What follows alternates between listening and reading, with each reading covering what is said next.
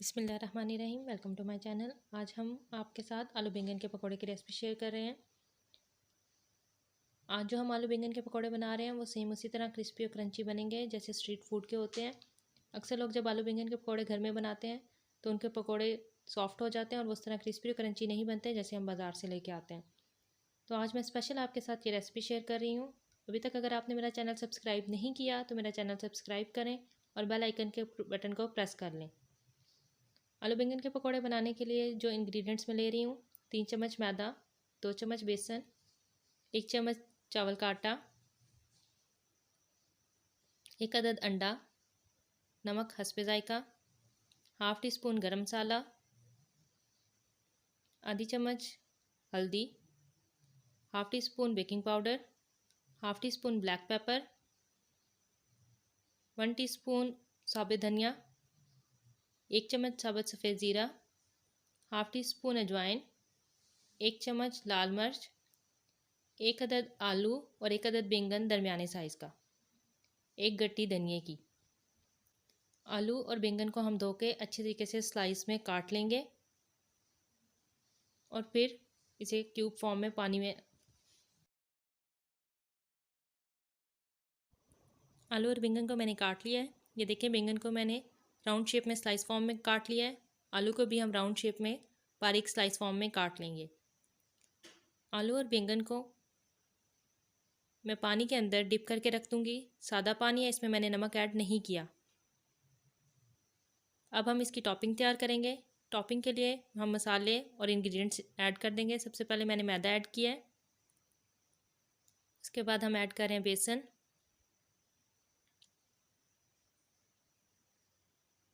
चावल का आटा।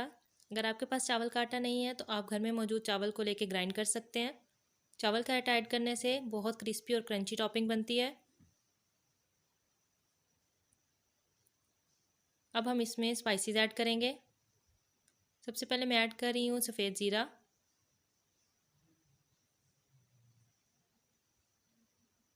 अजवाइन। अजवाइन से इसका फ्लेवर बहुत अच्छा आता है। हल्दी,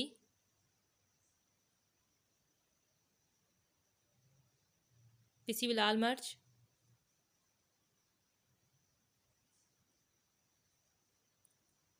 half tea spoon black pepper,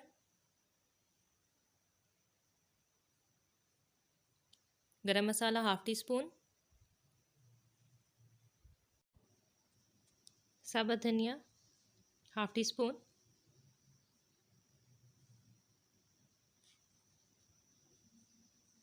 नमक हस्बे जायका, जितना आप खाने में पसंद करते हैं उतना आप ऐड कर सकते हैं, और baking powder half tea spoon. अब हम इसमें ऐड करेंगे अंडा। जो 1 अदद हमने अंडा लिया था उसे मैंने फेंट लिया है। बैटर हमारा थोड़ा सा, जैसे मैं हाफ़ अंडा ऐड करूँगी। अगर आपका ज़्यादा अमाउंट में आप बना रहे हैं तो आप उसमें पूरा अंडा भी ऐड कर सकते हैं। इन सब चीज़ों को अब हम मिक्स कर लेंगे। मिक्सिंग के लिए मैं ले रही हूँ पानी। जितनी टॉपिंग आपने बनानी है उसकी क्वांटिटी के साथ आप इक्वल अमाउंट में पानी ले सकते हैं। इतना पानी कि ये थिक सा बैटर तैयार हो जाए। मैं इन सब चीज़ों को मिक्स कर लूँगी। देखें, मैंने थोड़ी सी अमाउंट में पानी ऐड किया है।